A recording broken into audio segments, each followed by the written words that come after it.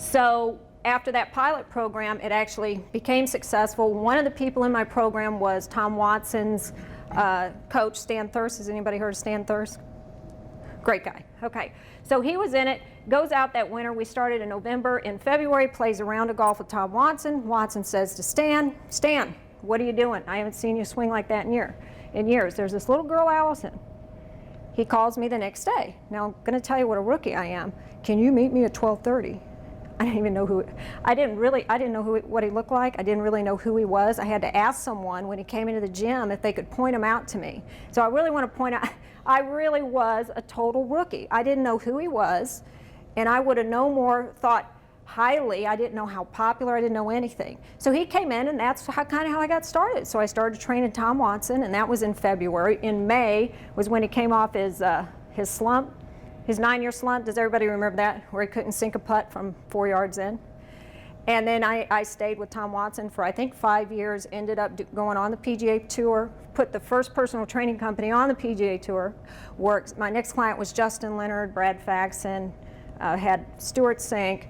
So it was really the very, very beginning. Really, the only tour player out there at that time that worked out, I think, was Gary Player. And I'm trying to think some of the younger guys. I mean, I'm sure there was, but there weren't any personal trainers out there. So I kind of pioneered that.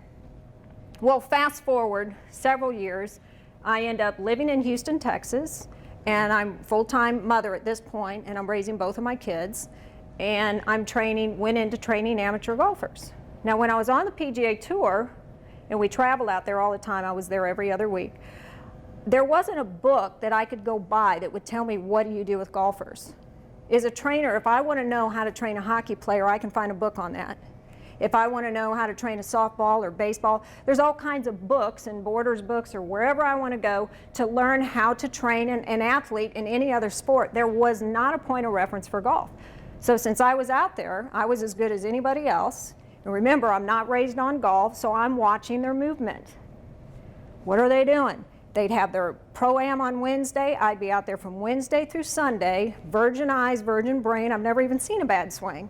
And that's all my brain sees is the best in the world, the best in the world. And I'm trying to watch how are they moving, how are they doing that. And then I design a program based on their movement patterns because it had to be golf specific.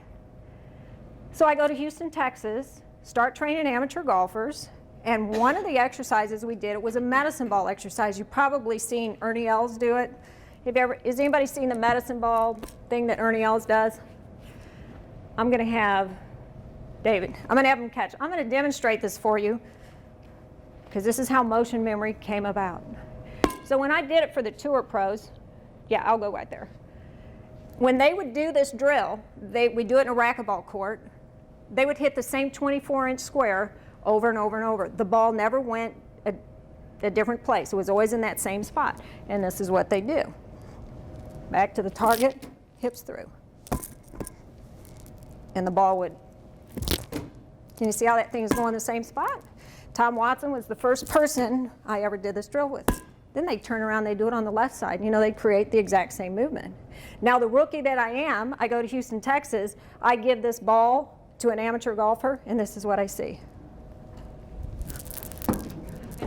And then it went this way, and that way, and this way, and that way. And I looked at them, I thought, what are they doing? As a trainer, not a golf teacher, I said they have absolutely no muscle memory. Their brain is clueless as to what they're doing, and today that is still true. They may have a point of reference of feel at impact with the club.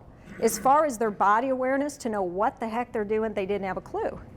So that's kind of how I got into motion memory and watching that sequence of movement. One of the reasons that's so important is injury. I could get somebody strong and I could give them flexible. We could measure them and make sure rotator cuff was where it's supposed to be, internal, external rotation of the hip. If it wasn't where it was supposed to be, we'd stretch them and we'd get them all fixed up, and they'd still come in and complain about back pain. It was in their mechanics. So unless I looked at how they moved, I wasn't able to get them out of pain. And then, of course, watching them with the medicine ball, I was hoping to get them consistent in their movement patterns so they played a little bit better. And they certainly didn't know how to use their body. They would always throw that ball with their arms.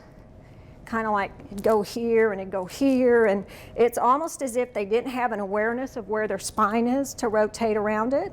And even in here in St. Louis, when I work with amateur golfers, as soon as I put a medicine ball in their hand and we're going to try to mimic that motion and get them to move, they start out there all over the place because they really don't have a concept of their body and how it's supposed to move. Can anybody relate to that? Hi, Allison here. Thanks for watching that clip. And if you enjoyed it and you're interested in scheduling your own one-on-one Zoom lesson, just click the link below. Thanks.